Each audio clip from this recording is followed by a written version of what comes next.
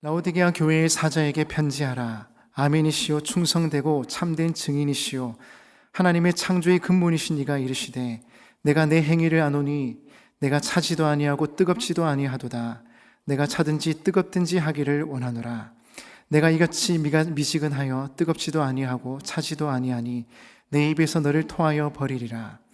내가 말하기를 나는 부자라 부요하여 부족한 것이 없다 하나 내 공고한 것과 가련한 것과 가난한 것과 눈먼 것과 벌거벗은 것을 알지 못하는도다. 내가 너를 권하노니 내게서 불로 연단한 금을 사서 부요하게 하고 흰옷을 사서 입어 벌거벗은 수치를 보이지 않게 하고 안약을 사서 눈에 발라 보게 하라. 물은 내가 사랑하는 자를 책망하여 징계하노니 그러므로 내가 열심을 내라 회개하라. 볼지어다 내가 문 밖에 서서 두드리노니 누구든지 내 음성을 듣고 문을 열면 내가 그에게로 들어가 그와 더불어 먹고 그는 나와 더불어 먹으리라. 이기는 그에게는 내가 내 보좌에 함께 앉게 하여 주기를 내가 이기고 아버지 보좌에 함께 앉은 것과 같이 하리라. 귀 있는 자는 성령이 교회들에게 하시는 말씀을 들을지어다. 아멘. 오늘 본문은 요한계시록에 나오는 7교회 중 마지막인 라오디게아 교회에 주신 말씀입니다. 라오디게아 교회는 주님으로부터 칭찬 한마디 듣지 못하고 책망만 받습니다. 그런데 그 책망의 말씀이 예수님께서 하셨을까 싶을 정도로 충격적입니다. 16절에 보시면 내가 이같이 미지근하여 뜨겁지도 아니하고 차지도 아니하니 내 입에서 너를 토하여 버리리라. 너를 보니 역겹다, 토해버리겠다 말씀하십니다. 쉽게 할 수 없는 말이거든요. 우리 중학생들, 사춘기 아이들이야 이런 말 자주 합니다. 야, 토할 것 같아 이렇게 얘기하는데 쉽지 않은 얘기죠. 주님께서 이렇게 심하게 책망하신 이유가 무엇입니까?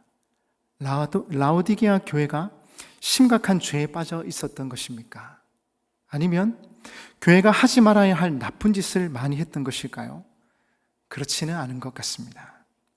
주님께서 이렇게 격하게 책망하신 이유는 라오디게아 교회의 미지근한 신앙 때문이었습니다. 차지도 뜨겁지도 않은 미지근한 신앙 때문이었습니다. 라오디게아 지역은 교통과 상업의 중심지로 특히 양털로 옷감을 만드는 산업이 발달했고 금융도 발달했다고 합니다. 이런 풍요가 있었지만 이곳은 물 사정이 좋지를 않아서 이웃 도시에서 물을 끌어다가 사용해야 했습니다. 그 물은 온천수와 지하수였습니다. 도시 북쪽으로 11km 정도 떨어진 곳 히에라볼리에서 온천수를 공급받았습니다. 남쪽으로는 16km 정도 떨어진 골로새에서 지하수를 공급받았습니다. 이렇게 먼 거리에서 물을 공급받다 보니 이들이 물을 사용할 때쯤 되면 온천수는 뜨겁지 않고 지하수는 시원하지 않았다고 합니다. 이들의 환경이 그래서인지 모르지만 라오디게아 사람들은 성격이 적극적이지 못하고 미온적이었던 것입니다. 어쩌면 이런 경향이 교회에도 그대로 드러났던 것 같습니다. 15절에 보니 나는 내 행위를 아노니 하시면서 너는 차갑지도 않고 뜨겁지도 아니하도다 하십니다. 여기서 말씀하신 미지근한 신앙의 모습이 어떤 모습인지를 19절에 말씀해 주고 있습니다. 물은 내가 사랑하는 자를 책망하여 징계하노니 그러므로 내가 열심을 내라 회개하라. 이렇게 말씀하신 것을 보면 열심이 없는 신앙 상태를 책망하고 계시다는 것을 알 수 있습니다. 수요 예배 오시는 여러분들이야 그래도 열심히 있는 분들 아닙니까? 아멘 나오길 기다렸는데, 그런데 이런저런 이유로 신앙생활을 열심히 하지 않는 분들이 있습니다. 그분들 하시는 얘기가 그래도 나는 다른 사람들에게 피해는 주지 않는다는 겁니다. 그렇게 홀로 예배만 드리거나 조용히 신앙생활을 하십니다. 그런데 미지근한 신앙생활을 한다고 예수님으로부터 이런 책망을 받을 줄 누가 알았겠습니까?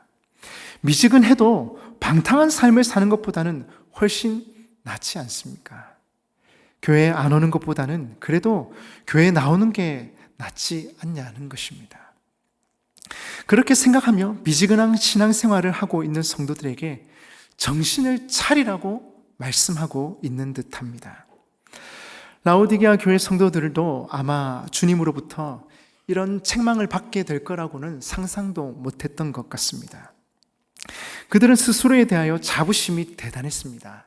17절에 보시면 나는 부자라 부요하여 부족한 것이 없도다 합니다.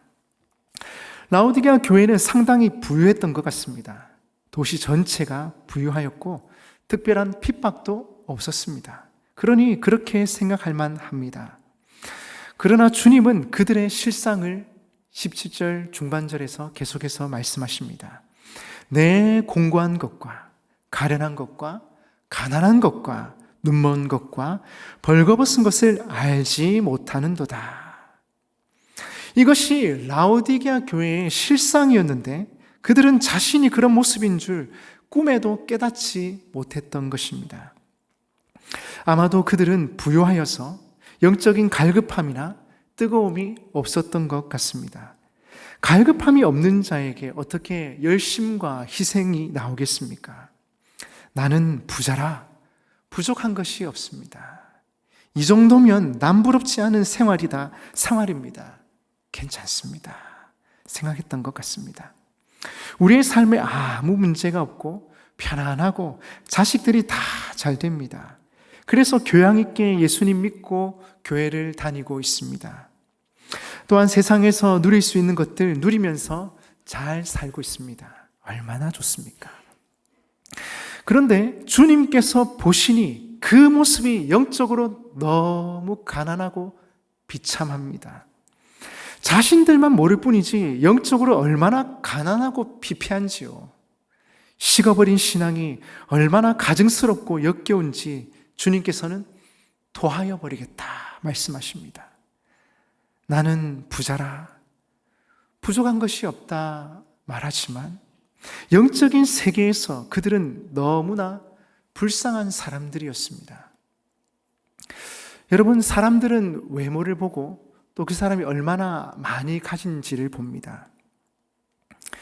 그런데 하나님께서 사명자로 쓰시는 데 있어서 무엇이 더 중요할까요? 에스더의 왕후 자리가 귀합니까? 과부의 두 렙돈이 더 귀할까요?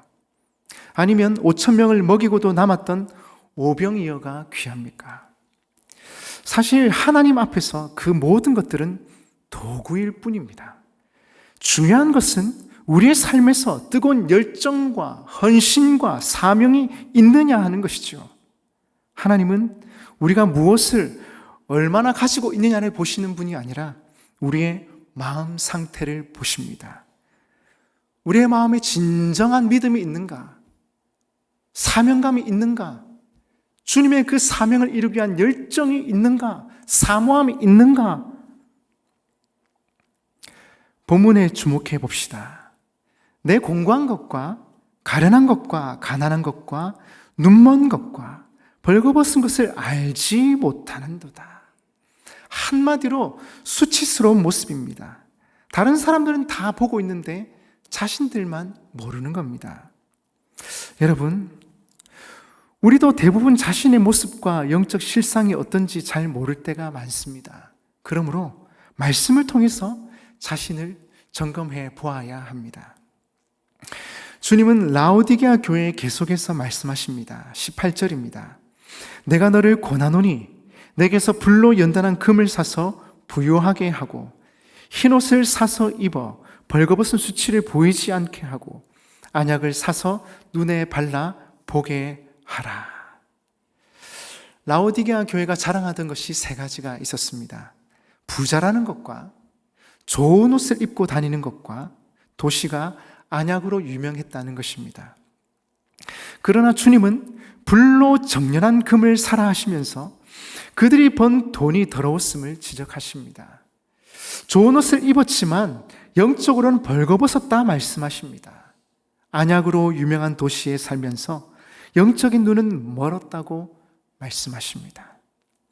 그렇다면 여러분, 이 문제들을 어떻게 해결하면 좋겠습니까? 이 모든 문제는 예수님을 통해서만 해결 가능합니다. 그래서 주님은 3번이나 반복해서 말씀하십니다. 내게서 불로 연단한 금을 사서, 흰옷을 사서, 안약을 사서 라고 말씀하십니다. 예수님께 가서 불로 연단한 금을 사고, 흰옷을 사고, 안약을 사면 됩니다. 그렇다면 또 질문이 있습니다. 우리는 주님께 어떻게 갈 수 있느냐 하는 것입니다. 중요한 것은 주님께 가려고 애쓸 필요가 없다는 것입니다. 이게 무슨 말입니까? 주님께서 친히 우리에게 먼저 찾아오셨기 때문입니다. 20절 같이 읽어보겠습니다. 20절입니다. 시작. 볼지어다 누구든지 내 음성을 듣고 문을 열면 내가 그에게로 들어가 그와 더불어 먹고 그는 나와 더불어 먹으리라. 아멘. 주님께서 이미 우리의 마음을 두드리고 계시기에 우리가 찾아갈 필요가 없습니다. 이미 우리에게 찾아오셔서 우리의 마음 문을 두드리고 계십니다. 그러니 우리는 그분께 마음 문을 열기만 하면 됩니다. 마음 문을 활짝 열고 예수님을 영접하기만 하면 됩니다. 국제 어린이 양육기구 컴패션이라고 있습니다.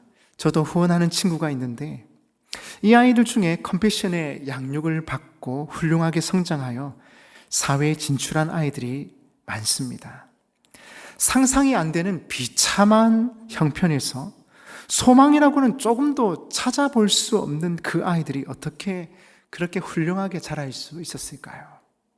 그것은 컴패션에 와서 밥을 먹고 옷을 받고 공부를 할 수 있었기 때문이 아니라고 합니다.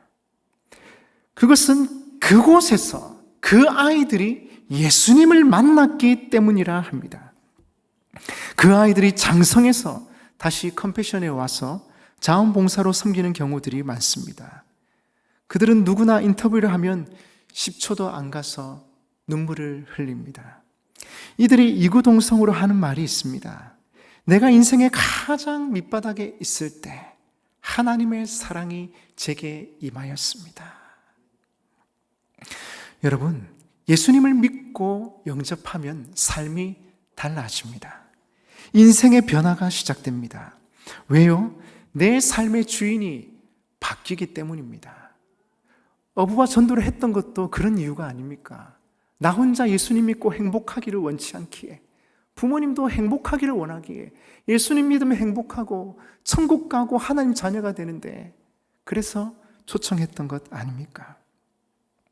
위대하신 예수님께서 내 삶의 주인이 되셔서 나를 다스리시기에 우리의 삶이 바뀌는 겁니다. 행복해지는 거죠. 하늘의 평안이 임하는 것입니다. 그렇다면 예수님을 믿어도 왜 삶의 변화가 없는 것입니까? 예수님을 영접하고도 예수님을 제대로 모시지 않고 무시하고 살기 때문입니다. 내 마음대로 말하고 내 생각대로 행동합니다. 그러니 여전히 불행하고 삶의 변화가 없는 것입니다. 오늘 이 말씀은 불신자에게 하신 말씀이 아닙니다. 라오디게아에서 오래 예수님을 믿은 사람들에게 하신 말씀입니다. 그러므로 신앙생활을 오래 한 이들이 귀담아 들어야 할 말씀이기도 합니다. 주님이 우리에게 원하시는 것은 너무 소박하여서 당황스러울 정도입니다. 20절에 보시면 누구든지 내 음성을 듣고 문을 열면 내가 그에게로 들어가 그와 더불어 먹고 그는 나와 더불어 먹으리라. 언제나 밥 같이 먹자는 것입니다. 평범한 우리의 삶에 찾아오셔서 우리와 함께 하시고 동행하기를 원하신다는 것입니다. 여러분, 우리가 자녀를 키워봐서 알지 않습니까? 저는 아이들 키우면서 가장 행복했던 순간이 아이들과 함께 숨바꼭질하고 책 읽어주고 밥 같이 먹고 그렇게 함께 했던 순간입니다. 부모님 마음도 비슷한 것 같습니다. 제가 지금 부모님과 함께 살고 있지는 않지만 자식들 목소리 듣고 싶어 하시고 자녀들이 한번 찾아오면 그렇게 반가워하시고 좋아하십니다. 주님도 마찬가지이십니다. 우리 인생 가운데 친인이 찾아오셔서 너희와 함께 하기를 원한다. 너희를 도와주고 싶단다. 너희 인생의 주인이 되어줄게 말씀하시고 계십니다. 주님께서 라오디게아 교회에 책망을 하셨지만 주님의 마음은 사실 사랑으로 가득 차 있습니다. 19절을 보십시오. 무릇 내가 사랑하는 자를 책망하여 징계하노니, 책망하는 것도 징계하는 것도 사랑하기에 그렇게 하시는 것입니다. 잘되게 하기 위해서 매를 드는 것이지요. 주님께서 라오디게아 교회를 사랑하시는 증거는 또 있습니다. 20절입니다. 볼지어다 내가 문 밖에 서서 두드리노니, 내가 문 밖에 서서 두드리노니, 계속 문을 두드리시는 주님을 생각해 보시기 바랍니다. 원래 누가 누구의 문을 두드려야 하는 것입니까? 누가 답답해해야 하면 누구에게 문제가 있는 것입니까? 우리가 예수님을 찾고 또 문을 두드려야 할 텐데 우리는 세상만 기웃거리고 있습니다. 그런데 예수님께서 우리의 마음문을 계속해서 두드리고 계십니다. 제발 문 좀 열어라. 제발 같이 밥 먹자. 이렇게 말씀하고 계시는 것이죠. 여러분, 정말 주님께서 내 마음문을 두드리고 계시는 게 맞을까요? 예, 맞습니다. 예, 정말입니다. 여러분, 예수님 믿도록 누가 부르셨습니까? 예수님입니다. 누가 수요예배 오도록 부르셨습니까? 예수님입니다. 하나님의 자녀로, 사명자로 누가 부르셨습니까? 예수님이십니다. 여러분, 이제는 우리가 주님께 마음을 열어야 할 것 같습니다. 컴패션에서 양육받은 모든 아이들이 잘 되는 것은 아니라고 합니다. 중간에 떨어져 나간 아이들도 있습니다. 그 아이들은 다시 술과 마약에 빠져 비참한 삶을 살기도 합니다. 하나님께서 사랑의 손을 내미셨지만 하나님의 손을 붙잡지 않으면 이렇게 되는 것입니다. 더 안타까운 것은 아이들이 일할 나이가 되면 부모가 돈 벌어 오라고 강제로 데리고 나간 경우도 많다고 합니다. 그 아이가 벌면 얼마나 벌겠습니까? 그 얼마 안 되는 돈 때문에 하나님의 사랑의 손을 거절하게 되는 것입니다. 우리나라가 비참했던 일제시대와 6.25 전쟁 때 성도들은 오직 주 예수님만 바라보며 살았습니다. 그때는 정말 그렇지 않습니까? 문제는 이제 좀 살만하니까 예수님을 붙잡는 마음이 느슨해지는 것입니다. 저는 이 시간 우리의 미지근한 신앙생활을 다시금 청산하고 결단할 필요가 있다 생각합니다. 이 정도면 잘하고 있지. 다른 사람들보다 많이 섬기고 열심히 예배드리고 있잖아. 물론 다른 사람들보다 낫습니다. 잘하고 계십니다. 그런데 주님의 음성은 이제 미지근한 신앙생활에서 벗어나라는 것입니다. 더 이상 비교하며 적당히 하지 말고 열심을 내라, 회개하라 말씀하십니다. 마음을 두드리시는 주님의 음성이 이 시간 들리기를 원합니다. 여러분, 지금도 우리의 마음 문을 주님께서 두드리십니다. 그 주님을 기억하면서 마음 문을 활짝 열고 주님을 모시고 주님과 함께 가는 것입니다. 어제 딸과 같이 공부하면서 제가 그런 얘기를 했습니다. 하은아, 공부할 게 많지, 바쁘지. 그런데 우리가 공부 잘하고 열심히 하는 것보다 내 마음속에 계신 예수님과 교제하면서 기도하면서 공부하면 어떨까? 성령님, 예수님, 이 문제 너무 어려워요. 안 풀려요. 어떻게 하면 좋을까요? 지혜를 주세요. 공부 너무 하기 싫다. 스트레스!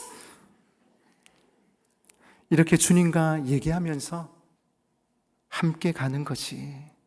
잘하는 것보다 주님과 함께 하는 게 얼마나 행복하고 좋은지 모른단다.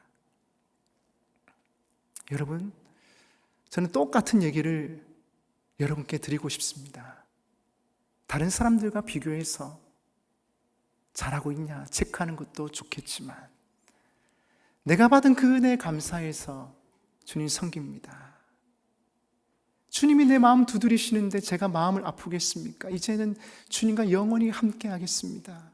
제가 섭섭하게 해드렸다면 용서해 주십시오. 제가 열심을 내겠습니다. 여러분, 미지근한 신앙생활 청산하십시다. 주님이 우리를 너무 사랑하시기에, 질투하기까지 사랑하시기에 미지근한 거 못 보시는 거예요. 연애하실 때 안 그랬습니까? 이 남자가 나만 사랑한 줄 알았더니 저 여자한테도 잘해주고 나한테도 잘해주고 뭐 이딴 게 다 있노? 미지근하네. 굉장히 질투심이 생기고 하지 않습니까? 주님의 마음이 그런 거죠. 내가 너를 얼마나 사랑하는데, 내가 너에게 모든 것을 다 주었는데 나만 바라봐. 나와 함께 가자. 나하고 밥 먹자. 내가 지금 두드리고 있잖아. 마음만 열면 된단다. 내가 너에게 힘을 줄게, 지혜를 줄게, 능력을 줄게.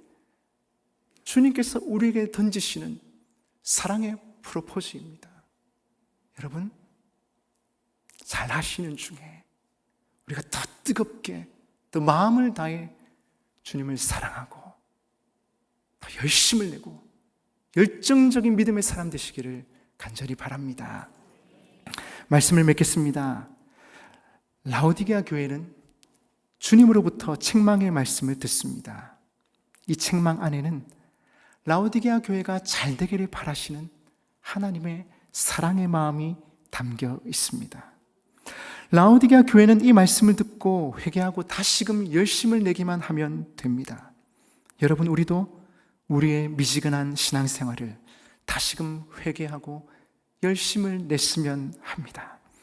다른 사람들과 비교하면서 적당히 신앙생활을 하는 게 아니라 하나님께서 나에게 생명 주셨으니, 나를 살려주셨으니 그 은혜에 감사하면서 충성을 다하는 것입니다. 열심을 내는 것입니다. 주님과 함께 동행하는 삶을 살아가는 것입니다. 그리하여 다시금 뜨거운 신앙을 회복하시고 주님께 칭찬받는 복된 여러분 되시기를 주님의 이름으로 축복합니다. 축복합니다.